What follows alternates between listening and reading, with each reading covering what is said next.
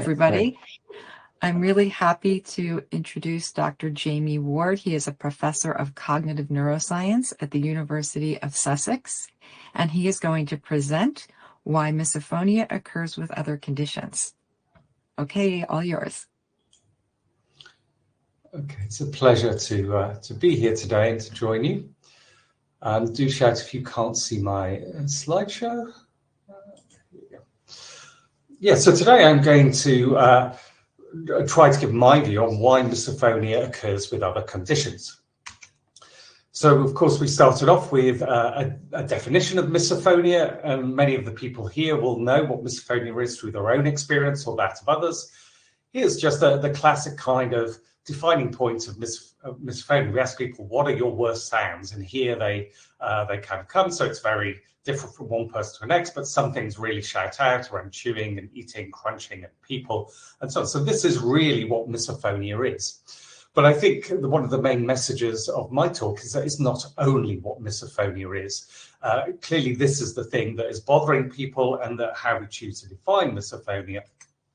But misophonia is a much broader entity that goes beyond this.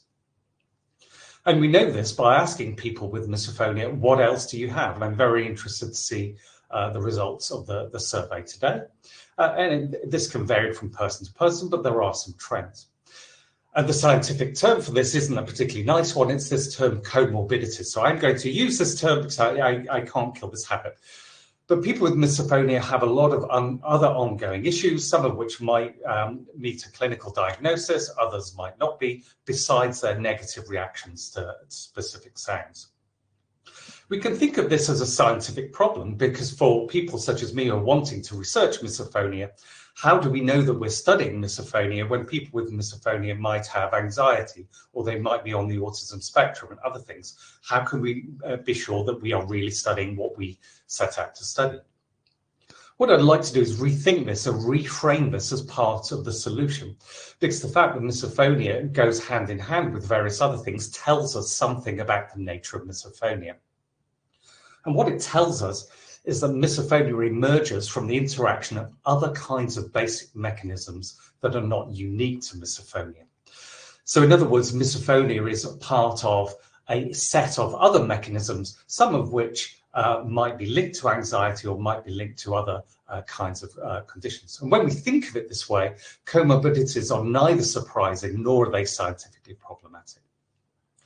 And the other idea that I'm going to try and sell to you today is that one of these basic mechanisms is individual differences in sensory sensitivity, finding certain kinds of sensory stimuli overwhelming and not just those that appeared in that list of trigger word clouds that I've just shown you.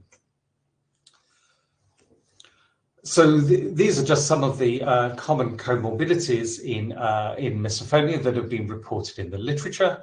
And the question is, how do we make sense of them? So the traditional approach in medicine is obviously a diagnostic approach where somebody has something or they don't have it. So this is all I mean by having something like anxiety as being this overarching unitary thing. That we tend to approach this maybe as a single categorical entity. And there are some good reasons why a medic might do that. Ultimately, if you want to provide treatment, somebody might have to make this binary judgment, do they have it or don't they have it? But scientifically, that's not really how it works. And we can understand something like anxiety as being a cluster of different symptoms that are interconnected, so that when one thing goes up, another symptom also tends to go up. So maybe we can think of anxiety as to do with awareness of our body sensations, our beating heart, a tendency to have negative mood and not being able to regulate them, or certain kinds of thoughts that might be repetitive or catastrophizing. So here, anxiety isn't one big thing that emerges as a full package. It's a combination of different things that are kind of feeding off each other and exaggerating each other.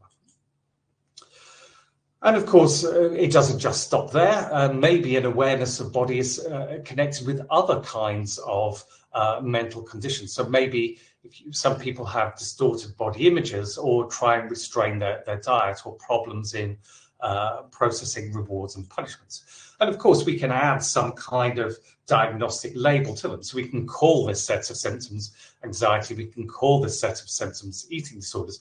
But actually, where you draw the boundary between one and the other is blurred, and there are some things that might contribute to multiple different kinds of things, and we can call these transdiagnostic symptoms. So the question is, what does misophonia look like? What are the transdiagnostic symptoms between misophonia and other things? But hopefully this can try to explain why misophonia does co-occur with other things, because misophonia is not something with a hard edge. It's something that has multiple different components. Some of these components are not unique to misophonia, and many of these things are not even clinical things. We all differ in our tendency to regulate emotions, whether we get a diagnosis or not. A few other things about this approach is that here these are data-driven approach. What I mean by this is that we give participants a set of questionnaires or measures, and then we create these kinds of models from it, rather than a clinician or somebody else sitting down with a blank piece of paper and trying to figure out what things are. That although we're kind of, to some extent, throwing away traditional diagnostic categories, these can emerge, but they emerge in different ways. They emerge from the bottom up. We can do other things as well with this. We can look for symptoms that might be central or peripheral. So if we look at our kind of toy anxiety thing here, we can see that in this case, emotion regulation is more central because it connects to 4 different things, whereas catastrophe or repetitive thoughts is less central because it connects to 2. And this isn't real data. These are just examples. I'll show you the real data in a minute. So this is the study that I was asked to talk about. We were very fortunate in getting large samples of people with misophonia and with controls, partly because we did it online and partly because the misophonia community are so keen to participate in research, and we really thank them for that. And what we did is that we gave people a large set of measures. Our first key measure is some measure of misophonia, and this is the questionnaire that we developed at Sussex, the Sussex Misophonia Scale.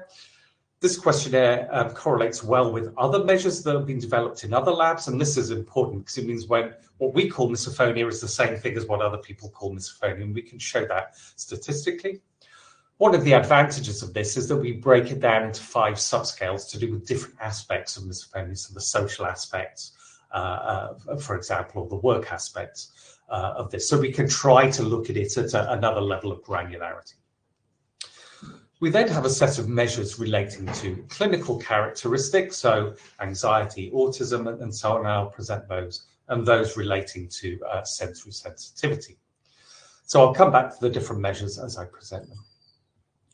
So these are the comorbidities with misophonia that we found.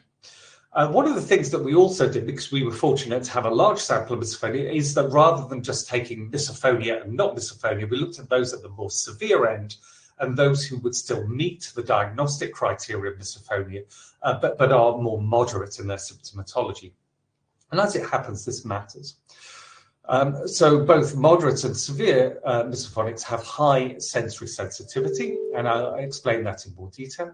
High attention to detail. Attention to detail shouldn't perhaps be called a comorbidity. This is kind of a talent. This is noticing things that other people don't notice, you know, whether they've changed their hairdo or wearing different glasses, things like this. These are a positive trait. Hyperacusis. Again, we can debate in the definition the difference between hyperacusis and misophonia. Hyperacusis is intolerance of loudness. So although it's different to misophonia, it goes hand in hand with misophonia. Then there's a bunch of other things that we found coming out in our data, but that were linked almost exclusively or certainly more strongly with those who are the more severe end of the misophonia spectrum. So migraine, for example, and particularly visual auras with migraine was linked to severe misophonia. So this is nothing to do with sounds, it's to do with vision.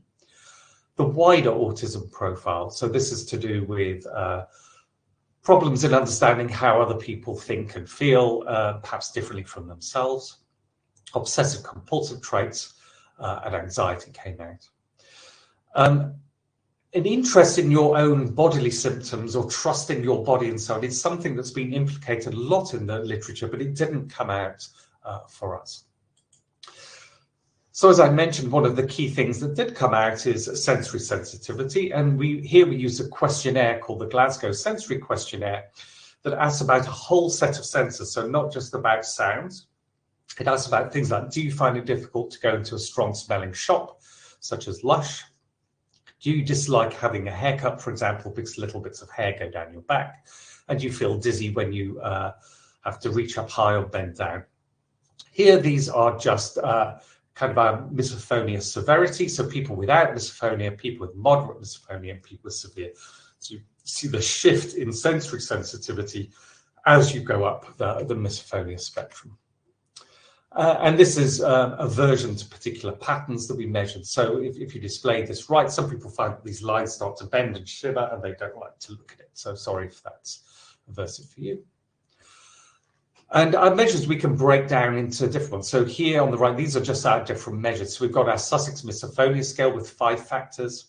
Obsessive compulsive isn't, again, just one thing. We can look at different types or symptoms of obsessive compulsive thinking, such as washing, checking, ordering, hoarding. And again, autism spectrum can be broken down into different things, and you can have different forms of anxiety. So the question is, how do all these things relate to each other? And here is the main diagram. So there's a lot of information here. It's color-coded. So here in yellow, we've got our obsessive-compulsive trait, and here is our misophonia here. So if things appear close together in space or have big lines between them, it means that we find that these are statistically connected. So all of our different facets of misophonia are strongly related to each other. And that's a good thing. It suggests that our measure of misophonia is kind of coherent, that they kind of hold together in some way. And this tends to be true of all these measures. Autism is one of the exceptions. So autistic traits are here in red. So most of these form a coherent grouping, but one that splits away is attention to detail. And we find that that relates to more sensory aspects of misophonia, but also more obsessive compulsive traits like hoarding or ordering things belong in that kind of part of space. Whereas down here, we've got anxiety, and anxiety is related more to things like obsessing or doubting in the obsessive compulsive inventory. So you can see how different symptoms cluster together.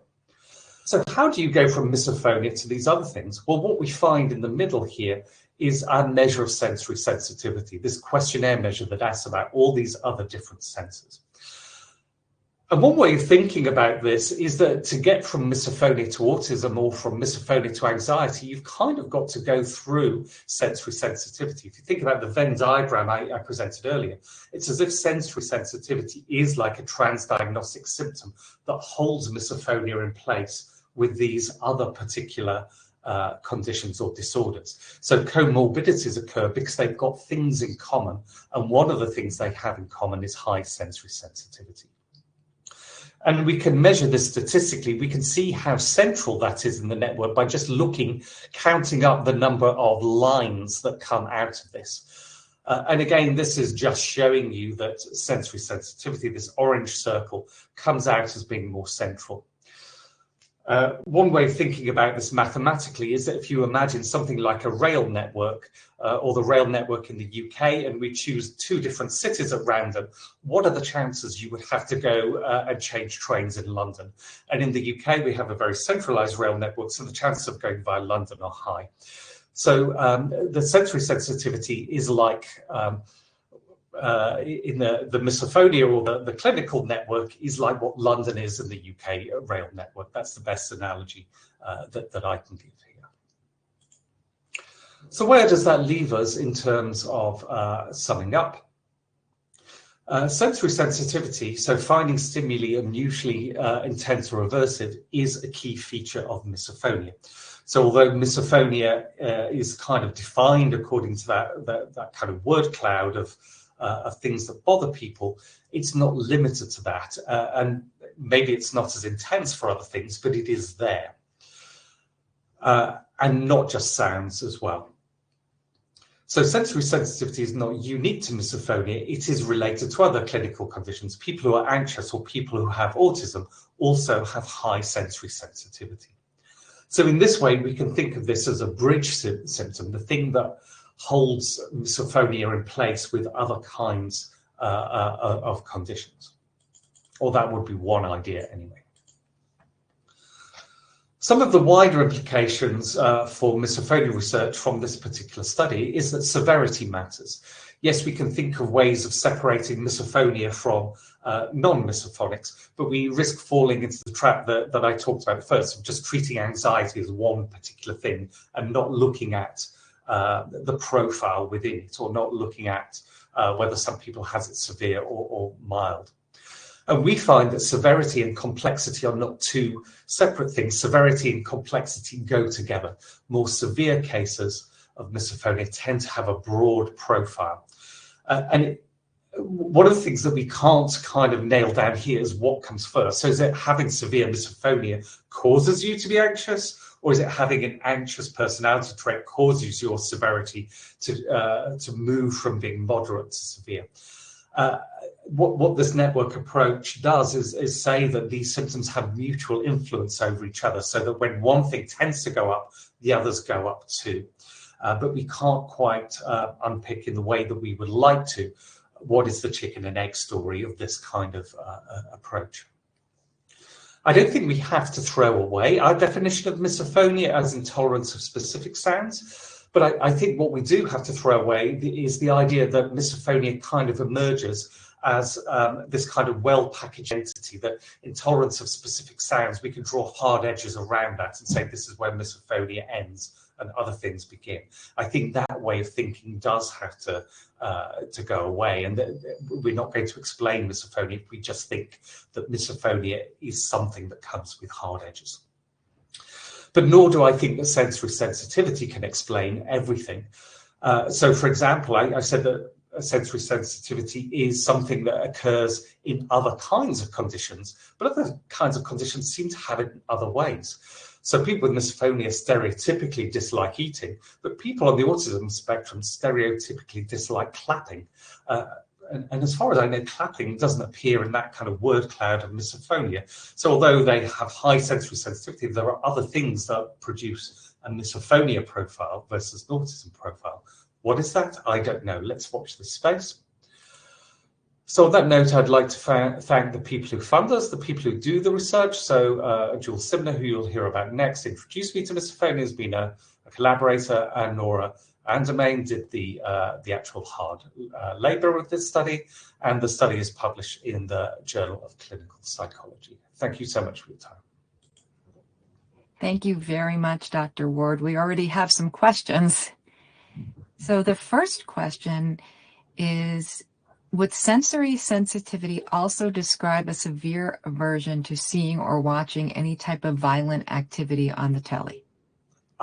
Yes, okay, yeah. I think that's kind of a grey area. I mean, so, you know, your bodily sensations are a sense in the same way as your vision and your hearing are a sense.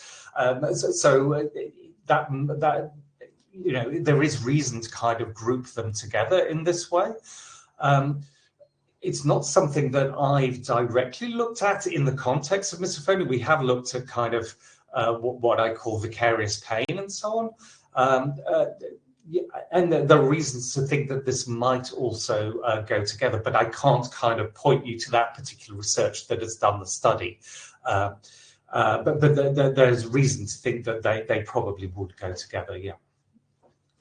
Thank you. So this is, I guess, more of a comment that maybe you could elaborate on. Photosensitivity, empaths, perceptions and senses can be connected. I think what this person is asking is, I think there's a lot of different terminology for those who are sensory sensitive. So maybe if you could elaborate on that, and maybe what the more specific senses are that you're finding are over-responsive? Sure. I mean, historically, there was a notion called the highly sensitive person, and I think that this is what a lot of people have heard about. And essentially, this was seen more as a personality type rather than something that is a sensory thing. And in a way, this highly sensitive person type also happened somewhat separately to people studying sensory sensitivity, primarily from the autism background. So actually the questionnaire we use for misophonia is one that was developed from the autism literature, rather than from the more personality end of a highly sensitive person. And I think, this notion of being empathic, we can break this down in terms of seeing somebody in pain and you kind of feeling that pain, which you could think of as empathy. But actually, you can think of empathy as actually understanding what people are thinking. And to some extent, you could think of certain aspects of misophonia as not being linked to empathy, that person is not deliberately trying to wind you up when they're eating. That this person, in a way, misophonia can be a misattribution of intentions to others, the feeling that actually that this person is doing it on purpose. Whereas an empathic understanding is that this person can't help but do it this way. So actually, we can think of empathy as being the sensory reaction with others that maybe people with misophonia have, and this kind of deeper connection or understanding of trying to understand what is going on in other people's minds and their intentions, which may or may not be more problematic in people with misophonia. I don't know whether I've explained that well. Thank you. Okay, another question. Did you find out if the migraines with aura are triggered by sounds? Because that doesn't seem to always occur with misophones. We didn't, but we did have a question asking about a migraine triggered by sounds. My guess is that these are generic migraines, and that this is what would fit with the wider profile of being, having a high kind of excitability of the brain, I suppose, in a very simple way, is that people who are prone to misophonia are easily excited by intense stimuli.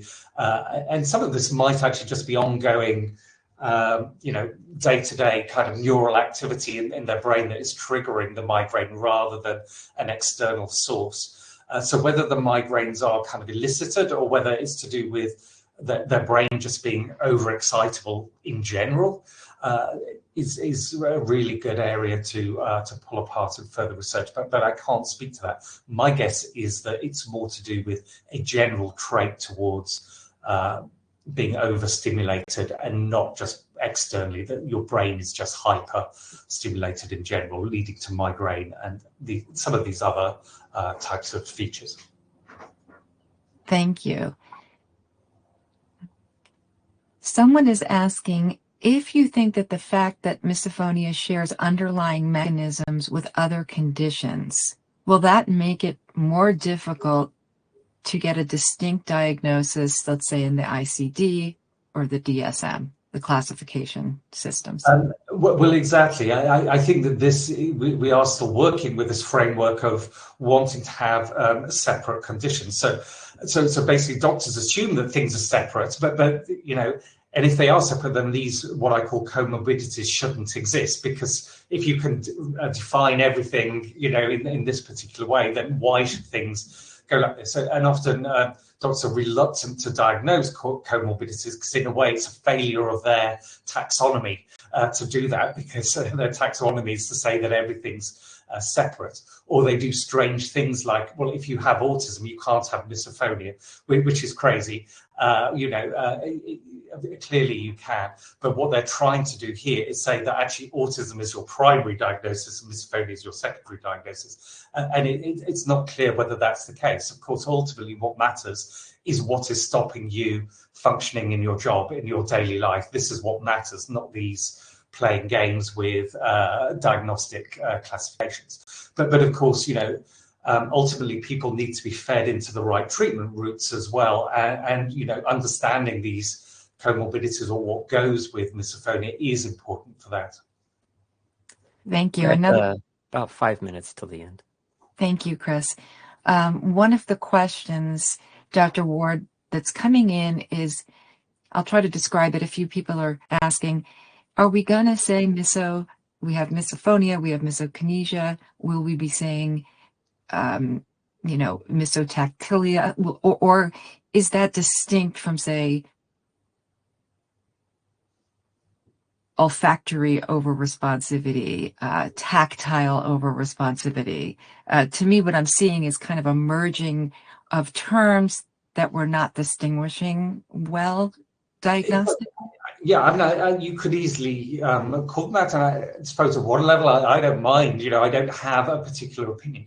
I suppose what I do have an opinion on is it going to help us to explain anything by doing that?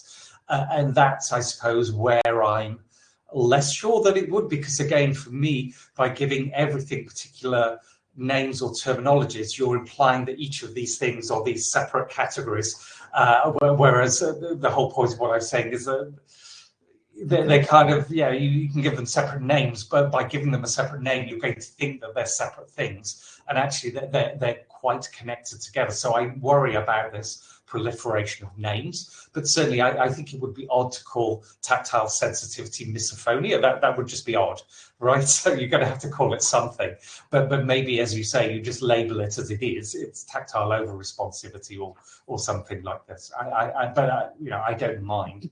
I'm just not sure it's going to advance the field scientifically. It's a very, very tricky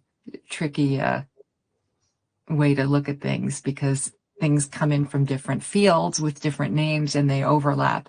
And I guess the last question we have time for, or maybe we'll have time for two more, but someone is asking, is misophonia neurological or psychological, in your opinion?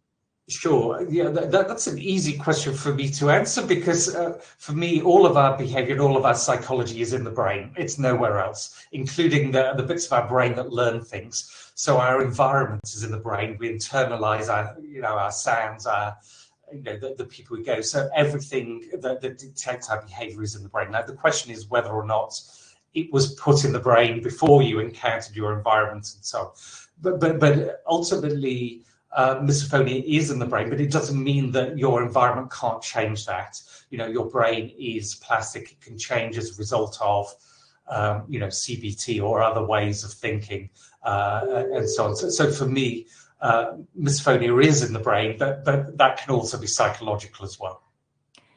Okay, and just a last quick question, if you wouldn't mind. Isn't it true a sensory sensitivity doesn't necessarily connect to the affective or autonomic response?